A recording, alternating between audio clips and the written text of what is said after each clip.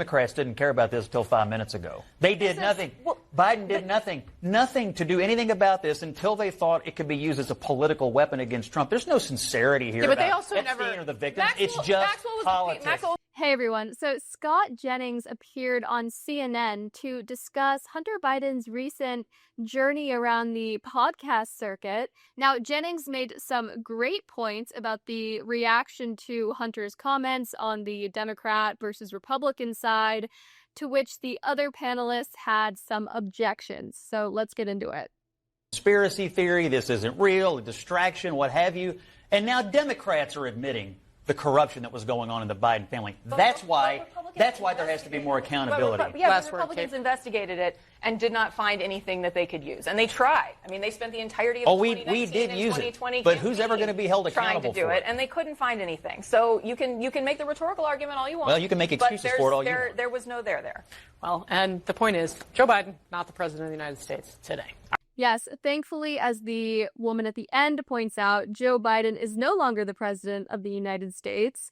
And as an additional bonus, we don't have to deal with Kamala Harris either. Jennings is right, of course, about the realignment of Hunter Biden among Democrats and Republicans. When Republicans were criticizing Hunter for his crack usage and questionable art career, not to mention his potentially shady international business dealings, Democrats, of course, had to jump to his defense as a member of the first family. Well, we've all seen how Democrats are trying to wash their hands of the Biden administration, finally admitting that, yes, there are questions that need to be asked and answered about the former president's cognitive decline. I mean, one of the panelists that Scott Jennings is sitting across from co-authored a book called Original Sin, which is supposed to be this expose with insider accounts of Biden's presidency, including his fumbles.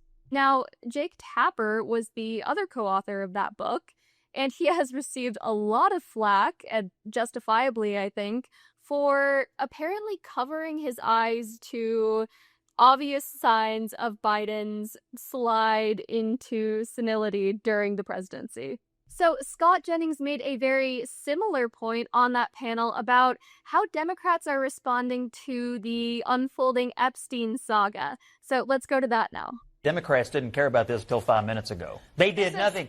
Biden did nothing to do anything about this until they thought it could be used as a political weapon against Trump. There's no sincerity here. Yeah, but about they also Epstein or the victims. It's just politics. Maxwell was appealing her case. Democrats were not campaigning on the idea that we were going to make these documents public. That was your guy. That was your guy. I mean, it seems very obvious, and I'm happy to say, yes, Democrats are clearly using that to their political advantage. But to Kate's point, they didn't run on releasing the Epstein files either. I mean, I think that's probably a good point. There's a certain percentage of the Trump base which cares very deeply about Jeffrey Epstein, Ghislaine Maxwell, whether or not he ended his own life. And I think that percentage was sorely burned by the handling of the Epstein case by certain Trump officials. Scott Jennings is also correct because Democrats have been searching for a way to attack and derail Trump's second presidency basically since his first day in office, and they've come up short. They're scrambling to produce a semi-charismatic, semi-articulate spokesperson who can lead the party out of the wilderness, and they really don't have that person. I mean, Zohran Mamdani is not likely to appeal to pretty large portions of the American public, even Democrats. So Democrats are certainly seizing on their moment to attack the Trump administration with a pretty good weapon. But we could talk all day about Democrats being insincere, or we could witness it for ourselves. So let's turn to a clip from Pod Save America, which Hunter Biden eviscerated in his Channel 5 interview. Now, Pod Save America responded, and they had nothing too kind to say about Hunter in return. When it comes to the attacks on Hunter himself, what if we just stipulate for the hypothetical, yes, okay, all your business dealings were above board and legal. All your paintings were purchased by art lovers who loved the product and didn't know your name. Trump is worse. You were on the board of Burisma because of who your dad is. And that is what people hate about Washington. And it was part of the problem. And like, there's some other weird like he said blames the debate on Biden's staff, saying they gave him Ambien on his foreign trip. But like, Biden got back from the G7 on June 14th. The debate was June 27th. A lot of fucking Ambien. If Ambien was the issue, like, I don't think it's Ambien. It's age. Also, right? It's like he was tired, so they gave him Ambien? Also, like, just like, allow me to rant one more second. Like, his big beef is that Republicans stick together and Democrats are united. But he's obsessed with this show, obsessed with George Clooney. They don't talk about Gaza until 2 hours and 50 minutes into the interview. I'm guessing that was the bigger threat to party unity than a George Clooney op-ed. You know what I mean? It's just this sense of entitlement that, like, from Biden, from his family, from the inner circle, that he was like owed the presidency, owed a second term. It is just very fucking grating. I think I'm just a contrarian by nature, because the more I hear these guys talk about how much they don't like Hunter Biden or Joe Biden, the more I like the two. Now, I wonder if Pod Save America is a little bit threatened by Hunter's stage presence. I mean, Democrats have been searching for the liberal Joe Rogan for what feels like eons, and Hunter Biden might actually be their best bet. Now, I know some Dem strategists might say, oh, but Hunter told the American public how to manufacture crack cocaine at home. To which I would say Joe Rogan's star ascended largely because of discussions about DMT. So there may be a sort of parallel there for Democrats. But joking aside, it's a little jarring to hear them actually admit that, yes, Joe Biden was too old. And also that all the explanations for his disastrous debate performance are pretty subpar. I mean, either he was tired from a trip he took 2 weeks earlier, or he was hopped up on Ambien?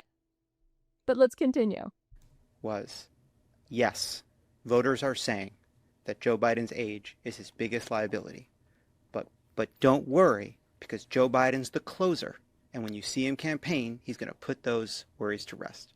He had a good State of the Union, and then he had the worst debate any of us had ever seen, and it became insurmountable. And so at long last, he didn't put the concerns to rest, he put his campaign to rest. Right. And at long last, the Democratic establishment decided to listen to the voters. And it was very hard to get the establishment to do that, but ultimately they did that. And everybody kind of collectively ultimately were able to get Joe Biden to step aside and do the right thing for the country. Now, we don't live in the world where Joe Biden ran that race all the way to the end. Well, in a very roundabout way, Joe Biden did do the right thing for the country.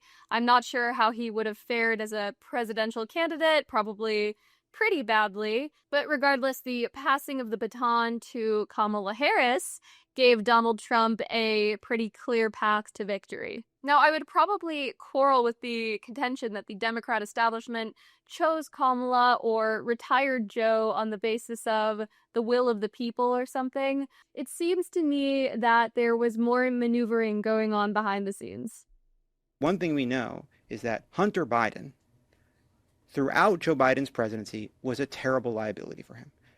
And put the addiction aside, it is because he was on Burisma, because he became an artist, because he was part of a kind of like sleazy Washington that, as Tommy said, people hated. You were a liability. You should be ashamed of the ways in which you made your father's political life worse. And like the idea that we're going to listen to you now, like give me a fucking break. It's ridiculous. Again, when I hear a guy like this wag his finger at anyone, I would rather assume the opposite side as him. But that's just my gut instinct, and this is not an endorsement of Hunter Biden, as entertaining as he might be.